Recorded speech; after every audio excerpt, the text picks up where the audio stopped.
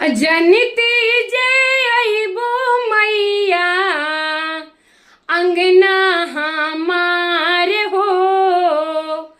जनती जे अइबो मैया घरवा हमार हो। दुआरे पयारती तरती तोहार हो। दुआरे पयारती तरती तोहार हो। जनती जे अइबो मैया घरवा हमार हो। मंदिर में पालकी भे जैती जरूर हो।